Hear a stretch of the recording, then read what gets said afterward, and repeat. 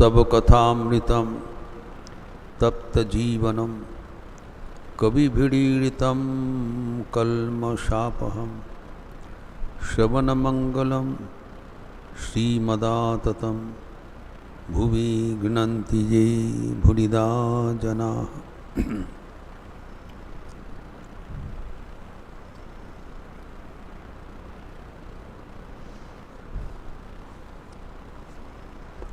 Let us resume our discussion on Sri Ramakrishna's spiritual discourses with his intimate devotees in the house of Girish Chandra Ghosh in North Kolkata on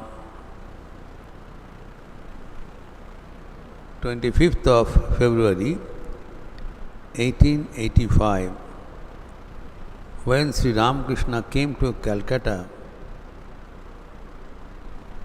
to witness a drama, Vishaketu, and stopped over at the house of Girish Chandra Ghosh to meet the devotees and have spiritual discourse with them.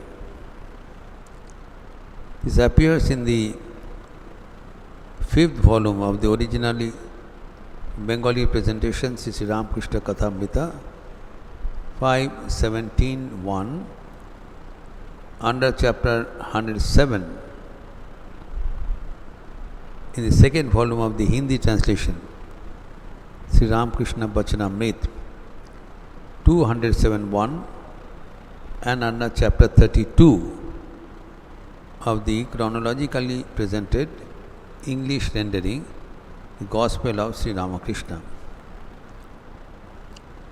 Here we have seen in the last interaction that Sri Ramakrishna is earmarked the climax of spiritual discipline as the worship of God as the mother. We know in Christianity, God is worshipped as the Father. Jesus says, "Me and my Father are one." It's the fraternal relationship. Thinking God as the Father, very kind, protecting, taking care of us. Whereas in Tantric discipline, in the Eastern philosophy, God is worshipped as the mother. It's a maternal relation. Now, Sri Ramakrishna worshipped God in various ways. Almost according to all the disciplines of Hinduism, Christianity, Islam, etc. Having experienced God through different disciplines, he discovered that God is one and all disciplines arrive at the same end. Realization of God is same, whatever methods you follow. There is no two different gods. One is Hindu God and the Muslim God, the Christian God, like that. God is one. That's why I declared, Jato mat, tato pad. Jitne mat, utne pad, as many ways, so many philosophies. Opinions may vary, methods may vary, the goal is one. Now, among the different diversified ways to reach God, Sri Ramakrishna's revelation, his unique discovery, is the worship of the mother is the best. The last word, he says here specifically,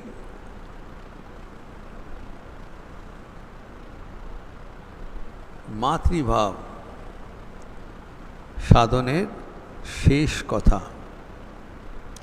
A very wonderful observation. He says, साधना की अंतिम बात है यह मातृभाव. What is that? तुम माँ हो, मैं तुम्हारा बालक हूँ. यही अंतिम बात है. The last word. Sri Ramakrishna specifically says, with this we ended, our last Sunday class.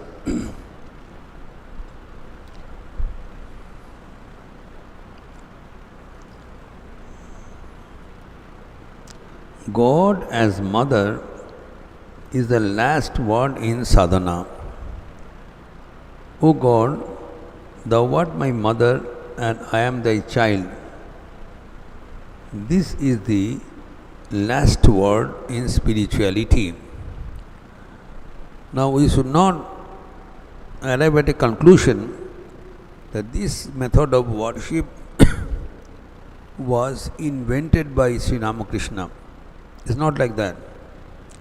Worship of mother is continuing from time immemorial. We know that the great sadhakas like Ram Prasad, Raja Ramakrishna, and then the other mother worshippers, they realized God through worshipping Him as their mother. Kamala Kanta, and they have various songs also. In fact, Sri Ramakrishna used to pray to the Divine Mother that you have revealed yourself as the mother of Ram Prasad, Kamala Kanta, Ramakrishna, etc. Please reveal your divine form to me in the same way. You have given the darshan to them, why not to me? That is, it is already in existence. What is Sri Ramakrishna's contribution is this: he has compared this method with other methods, which no one could do.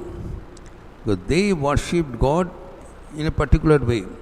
Some as mother, some as father, some as friend, some as master. But Sri Ramakrishna worshipped God in various ways.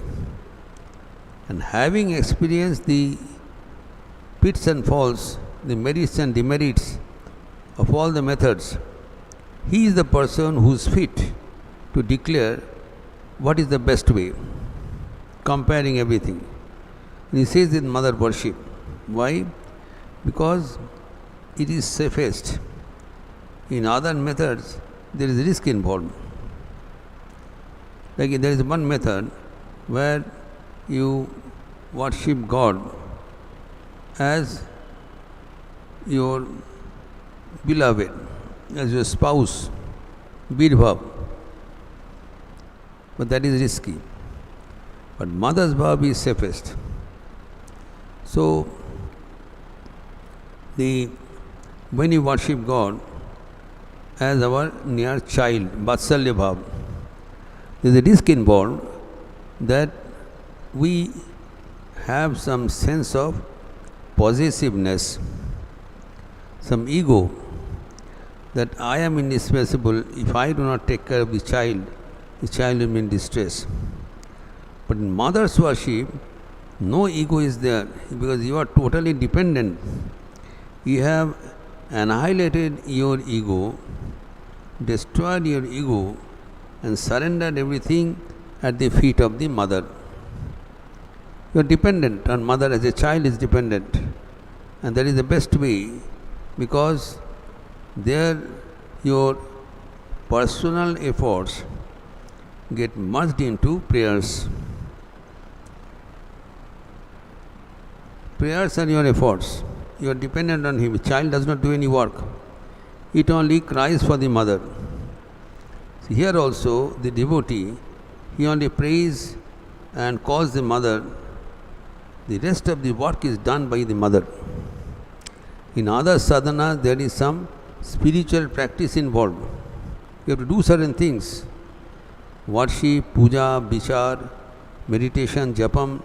In the mother's worship, nothing is like that. A baby, when it cries for the mother, it does not have to worship the mother. Neither has to do any repetition of mantra to call its mother. It shouts and the mother is there. So here, the only method is intense calling. That's all. Nothing else. So that is the simplest and that is safest.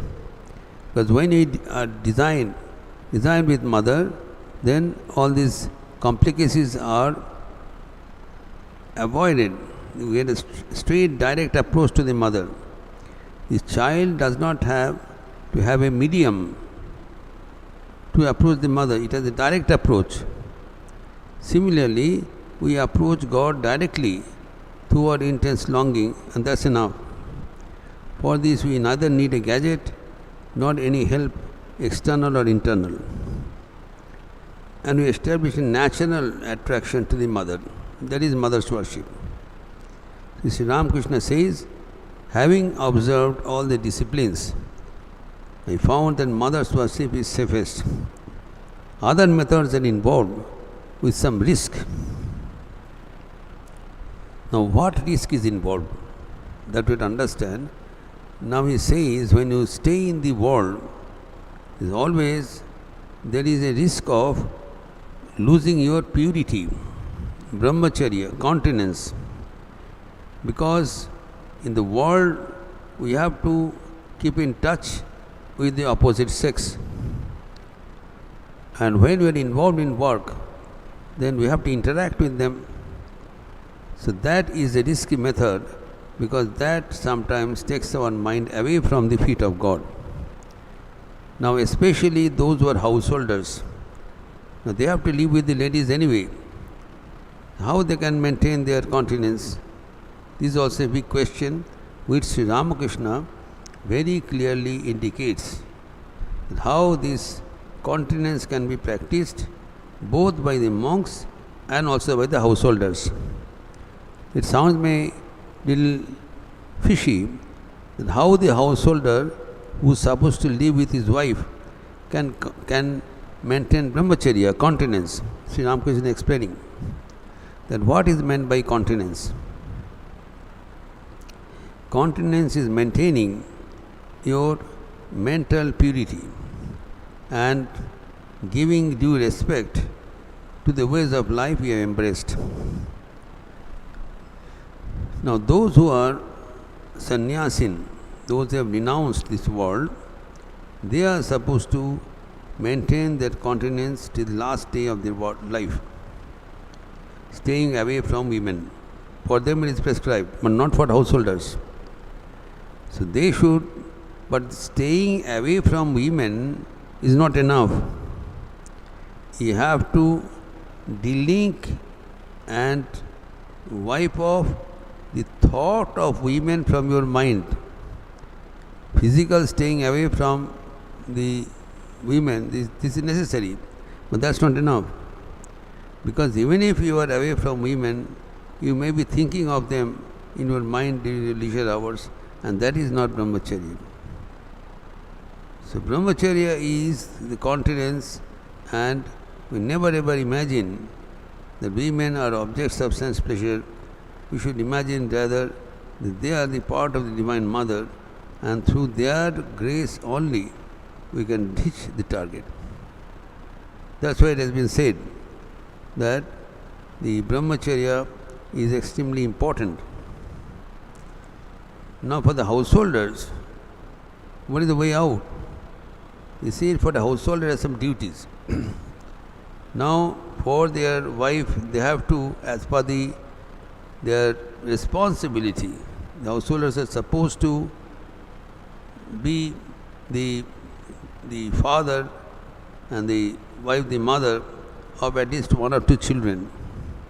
And after that, the wife and husband should lead together as brother and sister.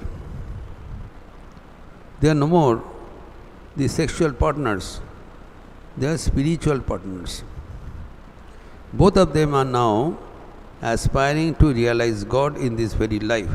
It's a very special message Sri Ramakrishna is giving in this age, that God realization is not an inclusive property of the sannyasin alone. God realization is possible both for sannyasin and the householders alike. These householders are not the creatures of the hell. इन लोग नरक का कीट नहीं है, ये भी ईश्वर लाभ कर सकते हैं. एवं गृहस्थ धर्म भी एक महान धर्म है.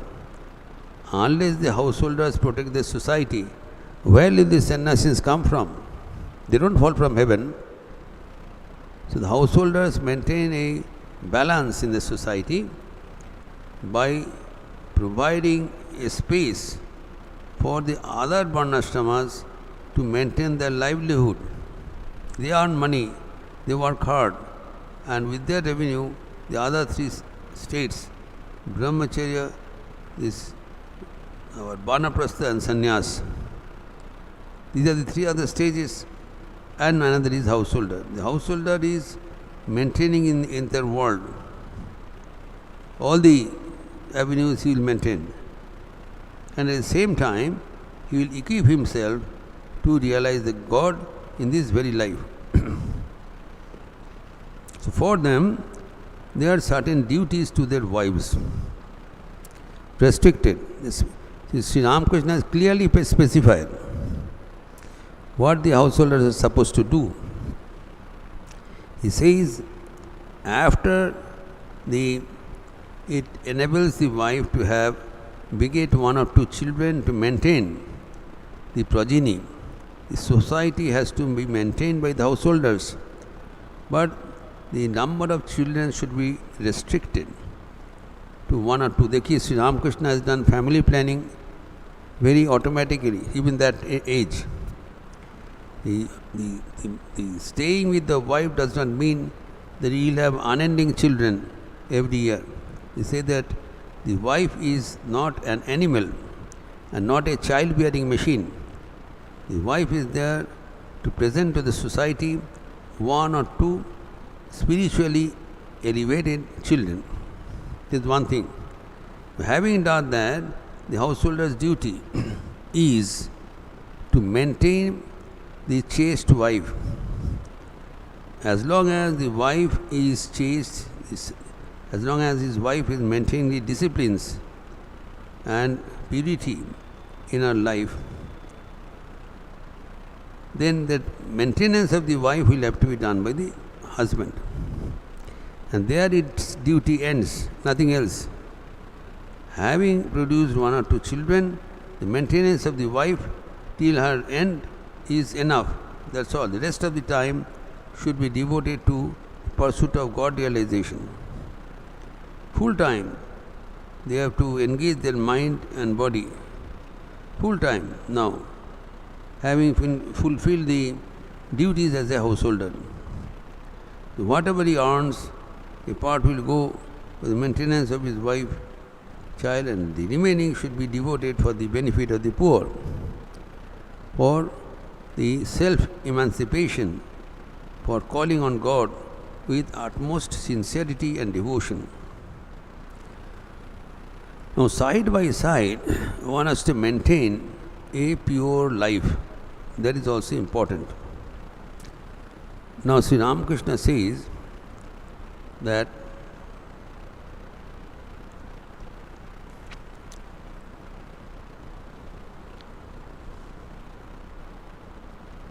having specified the duties of a householder, Sri Ramakrishna is very specific of the duties of a monk, sannyasin. Sannyasin's life, though the goal is same, sannyasin householder goal is same, but the methods are different. Sannyasin stays in the world, stays in the society, but they should be outside the society, outside the social norms. Householder remains in society and serves the society. The sannyasins are supposed to maintain an exemplary life. But understand why this sannyasin is allowed to stay in the society. He says the sannyasin is there to demonstrate a model life of renunciation. The goal of life is to realize God, and the method is renunciation alone, tyaga. Renunciation of what? Of the wealth and our passion. These two are to be renounced. Lust and wealth. Kama kanchana. These are two items to be renounced. Then the householder has been said that they have to maintain, they cannot renounce wealth. But wealth should be properly utilized for the maintenance of their household, maintenance of society, and maintenance of the poor people. That is his wealth meant for, not for self-gratification. And his lust should be judiciously utilized as per the prescription required for the householders. Having done that, there is no difference of his approach to the world other than sannyasin. He has to maintain a pure life. But a sannyasin is having a very, very distinct life of renunciation. So, what is that of life of distinction? See, Ramakrishna says here that they have to maintain a pure life, detached from the company of the women, any sexual activity. He says that sexual activity are of 8 varieties, that 8 steps. So a sannyasin is supposed to follow each and every step of the discipline and maintain purity. There are 8 ways of sexual enjoyment. Even the looking at a woman with impure mind is a sexual activity. That has to be avoided.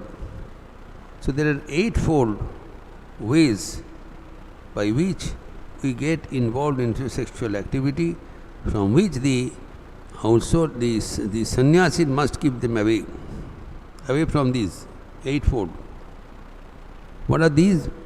It has been said, Sri Ramakrishna has told here, it has been mentioned in the Gospel. Smaranam, Kirtanam, Keli, Prekshanam, Guhya Bhashanam, Sankalpa, Adhyavashayaschaiva, Kriya Nishpatti Revacha, Iti Ashtanga Maithanam Pravadanti Vipadnitaha. Etad Viparitam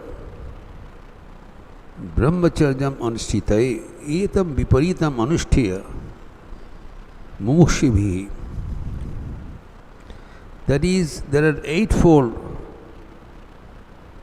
is sexual activity from which the sannyasin has to keep him away. It's a very tall task. So that's why he said, now it is neither very easy for householders nor sannyasins. The householder has to remain remain in the world, but it should be outside the world. But they have some concession. Sri Ramakrishna says that they are exempted from the 7 ways of sexual activity. Only the one way they must be careful: sexual intercourse. The remaining 7 things are not so harmful for them. They have concession because they have to live in the world. They have to live in the world, they have to look at women, they have to be in their touch. They cannot keep them away, but not the sannyasins. Sannyasins are not supposed to have these 8-fold ways of getting involved with women. The first is smaranam, that thinking of women in their mind. Though they are not in the company of the women, they are away, But even to allow them in their mind, in their thoughts, thinking of the women in a wrong way, that is maranam, that is a sexual activity from where the sannyasis must keep them away. This is the beginning, smaranam, and then kirtanam, talking about women. That's also debarred. Then third is keli, playing with women, making fun with women, making jokes with women. Then fourth is prekshanam, even looking at the women from a distance with a sexual motive is a activity which should be away from the sannyasi's devotion, not permitted.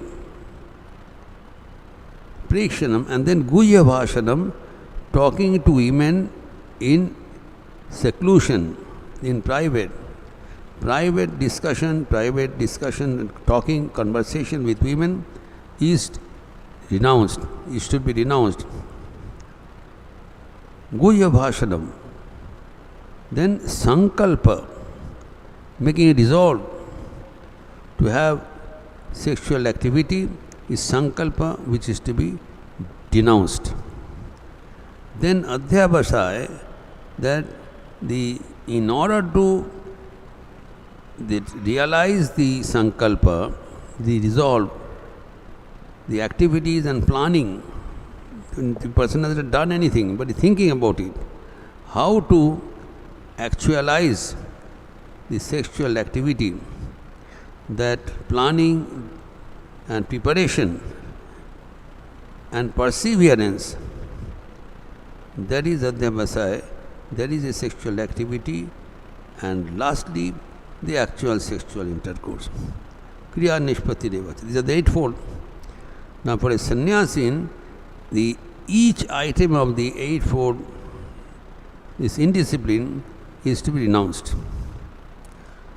He has to demonstrate, illustrate a pure life of renunciation, seeing whom the householders will get inspired that this is the model, ultimate thing one has to live.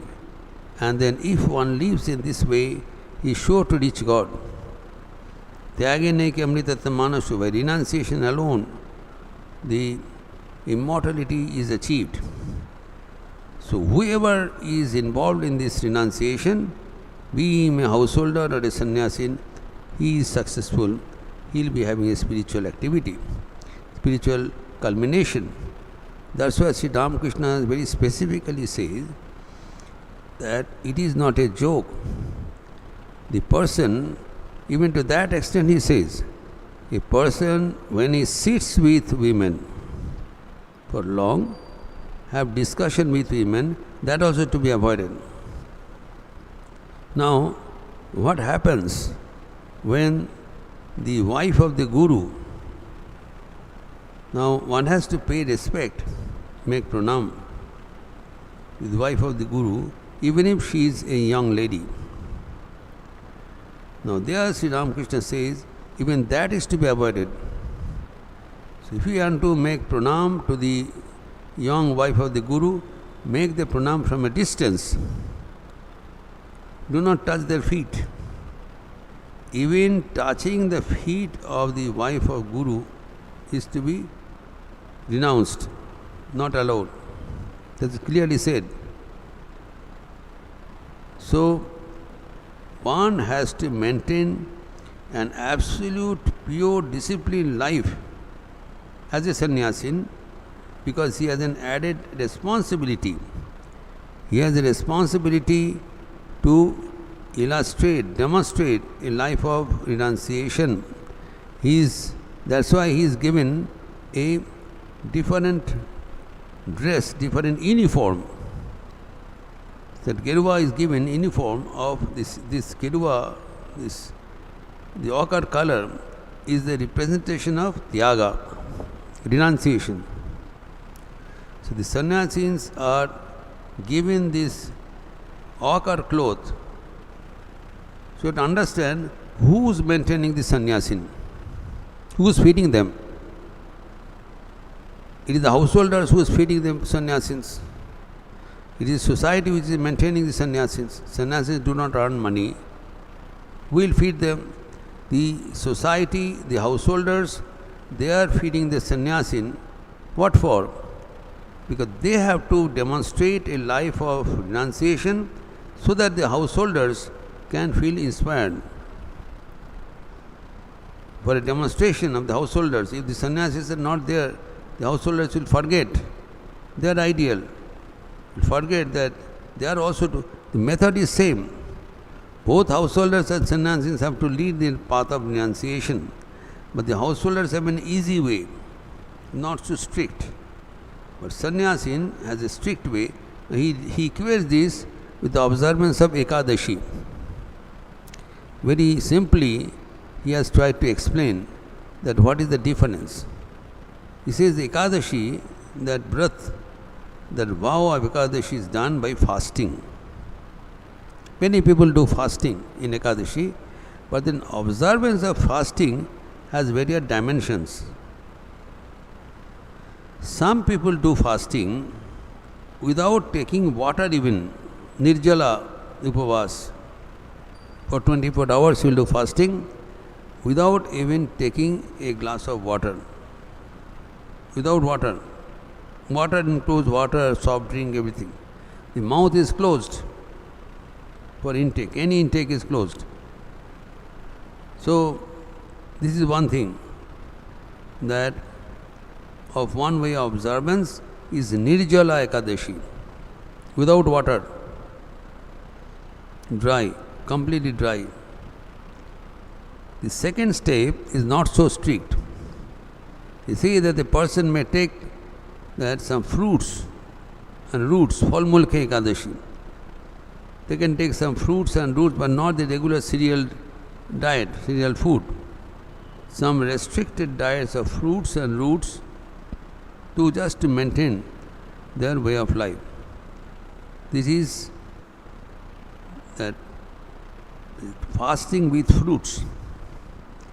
And third is that Luchi Chakka Ke Ekadashi. That on the plea of making a fasting, this person has made an elaborate menu of puri and curry and various sweets, an elaborate menu. On the plea of making a fasting, he is eating more. He is enjoying his food. But that is also permissible. Luchi Chakka, because he is not taking the regular food.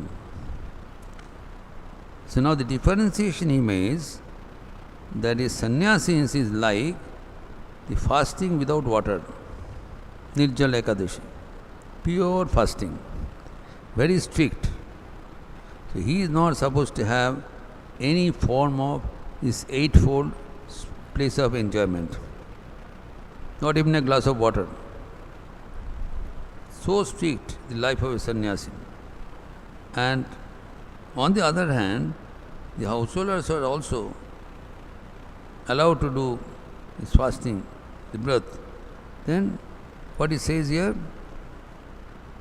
that the Phalmulke Ekadashi, not strict. He can take some fruits and roots, he can even take some puri and sabji, etc., depending on his capacity. That is permitted, but not sannyasi. See, Ramakrishna says that his personal way was that Nirjala Ekadashi, fasting without water. That is, he demonstrated a very, very pure life. Pure life, and there is a model for others to replicate, both householders and sannyasis. His life was a model. So he left this strict life of renunciation without having any interaction with women in an impure way, not even with his wife, Srimati Sharda Devi. It is a unique demonstration, but for others who are trying to follow this method, it is enough that they maintain their attitude,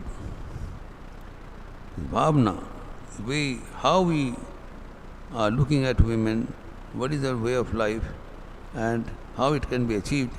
All these questions should be asked, and then we find Sri Ramakrishna has a solution for everyone. We'll continue further in our next Sunday class. Niranjanam nityam anantarupam bhaktanukampadhrita vigraham vai Ishavataram parameshamidhyam tam Ramakrishnam shirasa namama. Now we'll close with the chanting of the Lord. Please join with me.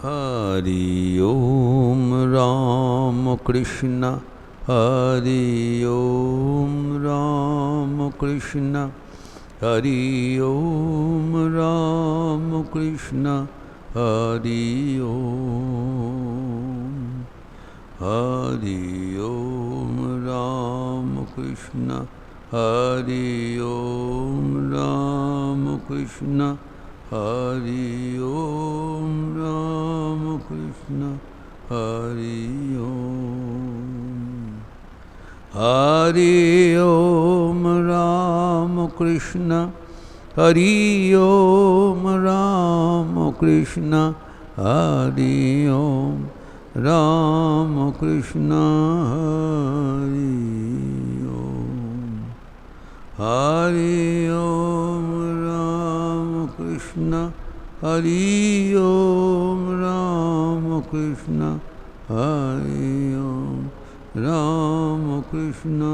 Hari Om, Hari Om Ramakrishna, Hari Om Ramakrishna, Hari Om Ramakrishna, Hari Om, Hari Om Ramakrishna, Hari Om Ramakrishna, Hari Om Ramakrishna, Hari Om.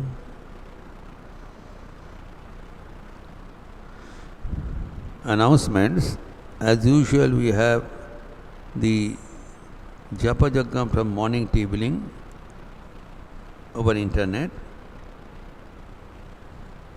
And those who want to come to the mutt and do Japa, they are also welcome.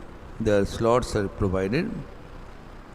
Then in the afternoon, there is a talk by in the youth program of personality development, according to lectures from Kalmora of Swami Vivekananda, and guided meditation from 5 p.m. to 6 p.m. And after evening arati, there will be group songs, group bhajans, samahik bhajan. Now, as has been said, that our senior most Vice President Maharaj, Swami Muktinathanandaji Maharaj, he is scheduled to visit our hospital on 1st of September, and 3rd September he has graciously agreed to give spiritual ministration for one day only. So those of you who are interested, please come and register your name and contact number, because most of the trees they say that there is no one here. So this has to be consolidated.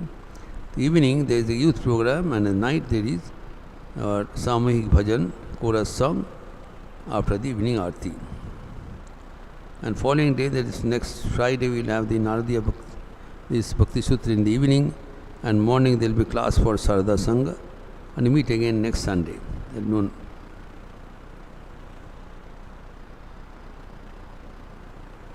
Thank you.